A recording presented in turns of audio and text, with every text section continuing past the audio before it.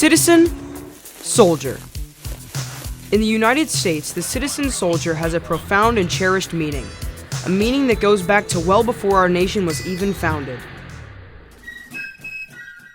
Our National Guard can trace its beginning back to 1636, when the first militia units were established in Massachusetts. Militia, in historic terms, means citizens serving as part-time soldiers for their colony or state when needed. Here in North Carolina, we can trace the National Guard back to the 1660s, when colonial settlers were required to own a musket, powder, and shot in order to claim and protect land grants. By the time of the American Revolution, North Carolina was overflowing with militias, both revolutionary and loyalists.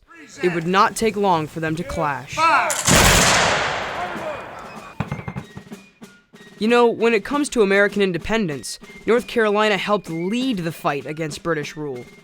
Does the date May 20th, 1775 mean anything to you? It should. This is the date of the Mecklenburg Declaration of Independence. Many claim this document was the first Declaration of Independence, establishing North Carolina as an independent state. British General Charles Cornwallis called Mecklenburg County a hornet's nest of rebellion. We made even more history by issuing the Halifax Resolves on April 12, 1776. This is the first such document to support the 13 colonies' separation from the British Empire, paving the way for the Declaration of Independence 3 months later.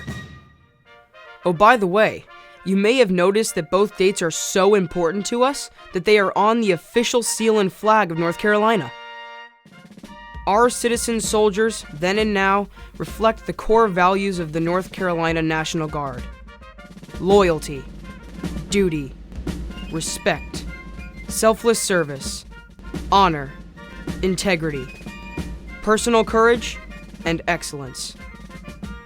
In this short video, we will take a look at 3 relatively unsung heroes of the American Revolution: Colonel James Moore, First Governor Richard Caswell, and teenager Mary Slocumb, and a little-known battle at Moore's Creek Bridge.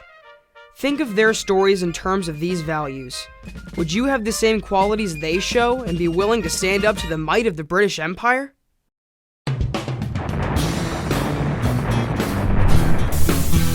Did you know, in 1775, the North Carolina Provincial Congress was not too keen about local militias and considered them unreliable? So, they created 6 battalions of state Minutemen for 6 months of service. However, it was hard to change over 100 years of tradition, so each county still continued to field their own militia regiments. Eventually, the General Assembly gave in, disbanded their Minutemen, and established new rules for the traditional citizen soldiers.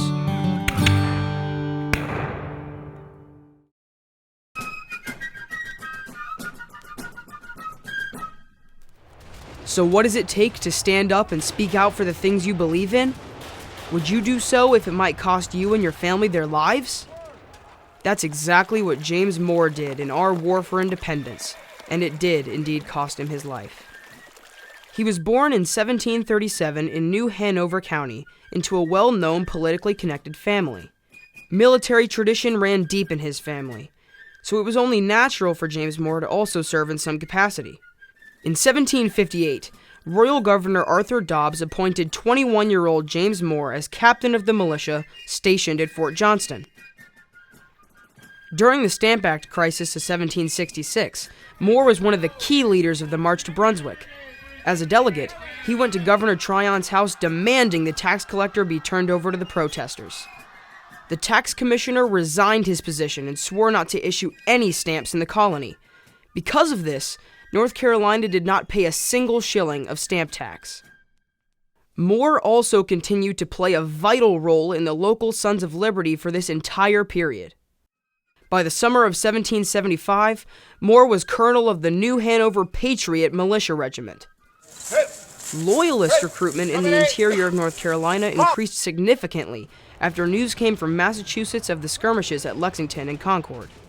When Royal Governor Josiah Martin learned of a possible British military expedition to the North Carolina coast, he ordered the Loyalist militia to gather and move in support of the British. North Carolina historian Ben Sorensen picks up the story from here. Colonel Moore led his militia from Wilmington with the objective of preventing the Loyalists from reaching the coast. They camped on the southern shore of Rockfish Creek on February 15, 1776, about 7 miles from the Loyalist encampment. He supervised the fortification of the Patriot encampment with over 1,000 men and 5 artillery pieces. This effectively blocked the Loyalists' most direct route to the coast. The Loyalist general, Donald MacDonald, sent Moore a letter demanding that the rebels lay down their arms. Moore responded with his own letter, demanding that the Loyalists lay down their arms and support the cause of liberty. Moore's position forced the Loyalists to change direction and find a new route to the coast, across Moores Creek Bridge. Here we are at the Loyalist Monument at Moores Creek National Battlefield. Colonel James Moore sent a request to Wilmington that the militia would march north along with the New Hanover Rangers to meet up with Richard Caswell's militia to oppose the Loyalist forces.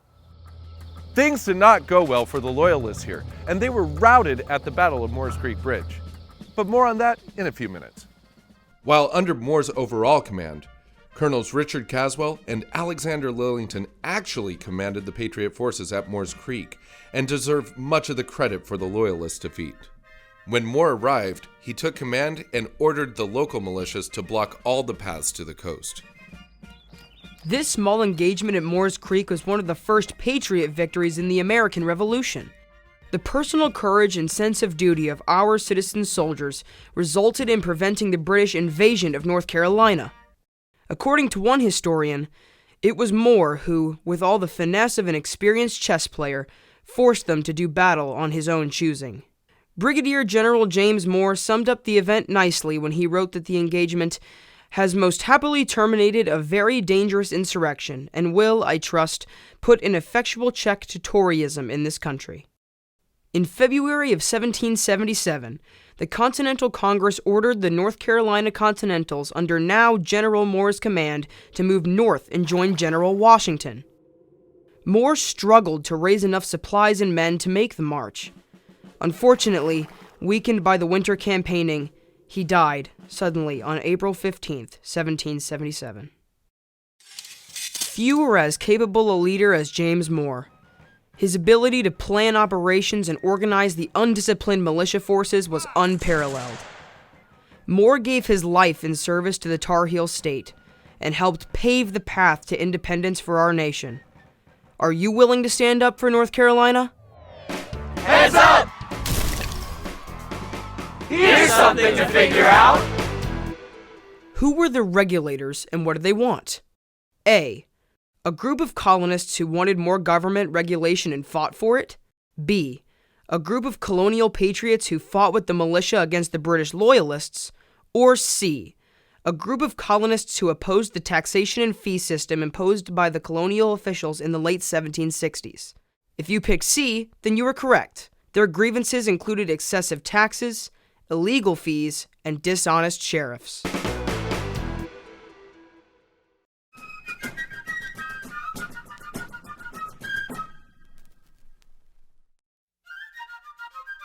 Years ago, in elementary school, we all heard that George Washington was the father of our country.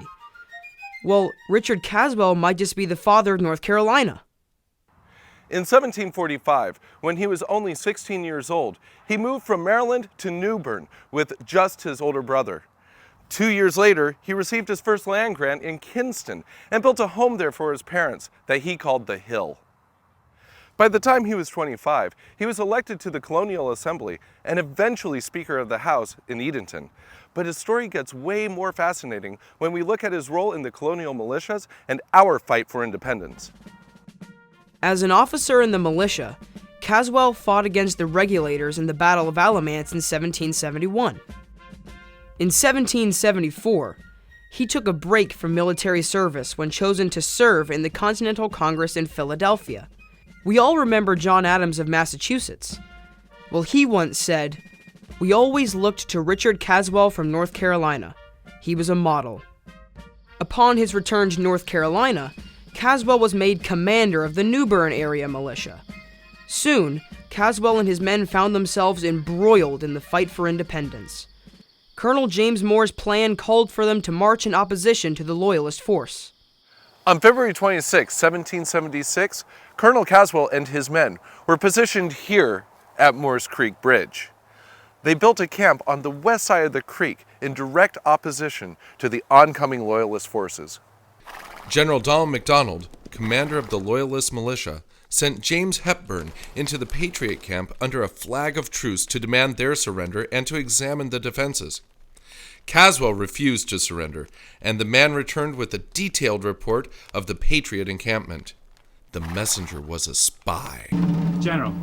MacDonald fell ill and gave command of the Loyalist force to Lieutenant Colonel Donald MacLeod.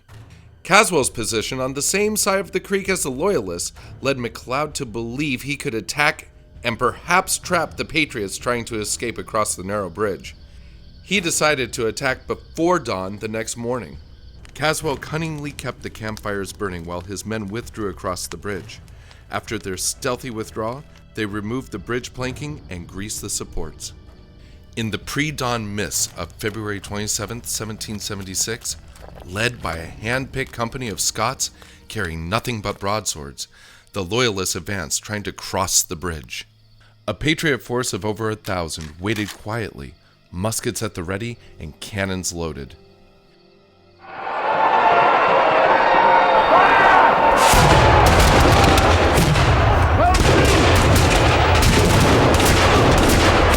Met with a devastating hail of musket fire and shot from the cannons, the Scots were forced to flee and the rout was on.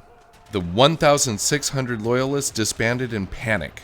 Eventually 850 were captured, as well as 1,500 muskets, 300 rifles, and $15,000 worth of Spanish gold.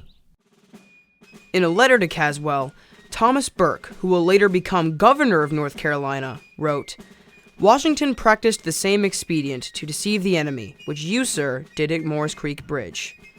It seems that the father of our country learned a good bit from Colonel Caswell, the father of our state. But that wasn't the end of the story for our hero of the Tar Heel State. On January 16, 1777, in New Bern, he took the oath of office as our first elected governor.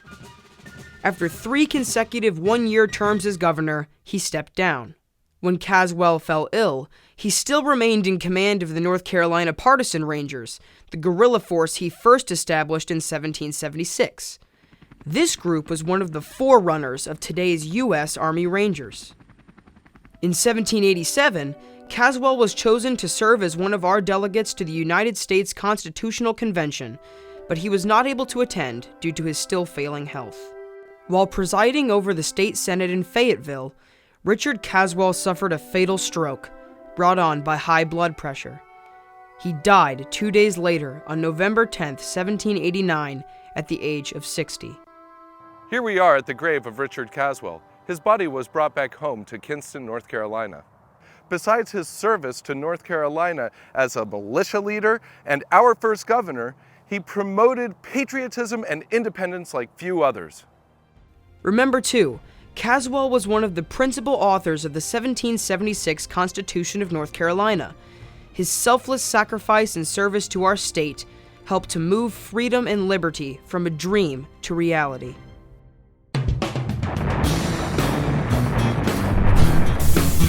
Did you know that among Caswell's amazing accomplishments was his proposal to use funds to build free schools in every county in North Carolina? His address to the General Assembly in 1760 on this topic was used for many years by other politicians in favor of public education. He also wrote the proposal into the first state constitution in 1776. Public education owes him a big thank you.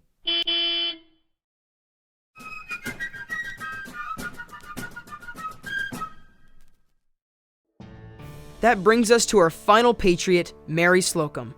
Sometimes she was also known as Molly, or Polly Hooks Slocumb. There were many women who helped in tons of ways during the Revolutionary War. The stories that we have about Mary Slocumb and her husband Ezekiel have become part of Tar Heel folklore. According to legend, on the evening of February 26, 1776, 16-year-old Mary awoke with a start from a horrible dream that her husband had been killed in fierce battle.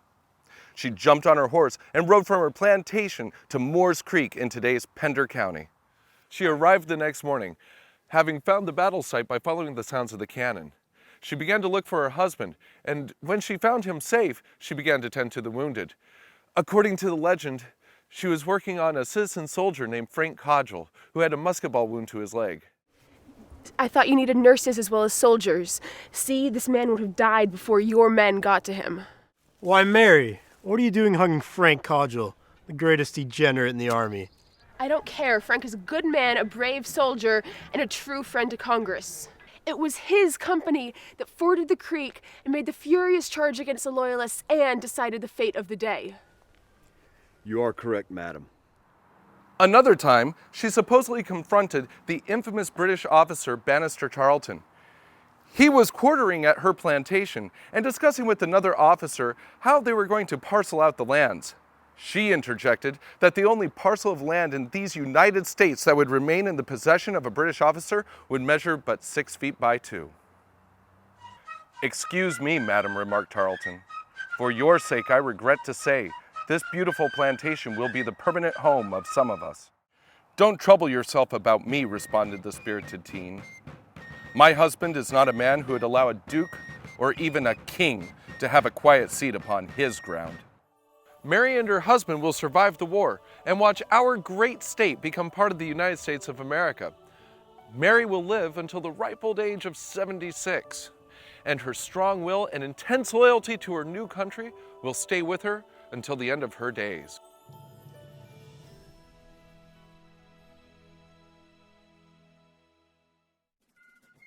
For you and I today, myths and legends play an important role as great stories with timeless lessons and universal themes. The stories surrounding Mary Slocumb may be legends, but they embody those qualities and values that the National Guard, North Carolina, and the nation hold dear as characteristics of a great citizen soldier. Would you rush to the site of a battle or natural disaster to help your fellow Tar Heels? Heads up! Here's something to figure out. Which of these women were not important figures during the American Revolution? A. Betsy Ross, B. Abigail Adams, C. Clara Barton, D. Molly Pitcher, or E. Sojourner Truth. These are all very famous women in American history, but there are only 2 correct answers to this question. Clara Barton organized and delivered important medical aid to soldiers during the Civil War. She started the American Red Cross and a free school in New Jersey. Sojourner Truth was born a slave and managed to escape. She campaigned nationwide for the abolition of slavery and women's rights. Her most famous speech was, "Ain't I a woman?" She also helped to raise money for black soldiers in the Union Army. Well, that's about it. As you can see in these 3 examples, our Revolutionary War Tar Heels stood up for our independence and freedom, and all sacrificed for it. These brave citizen soldiers helped to establish the foundation of today's North Carolina National Guard and assisted in establishing our core values and freedoms.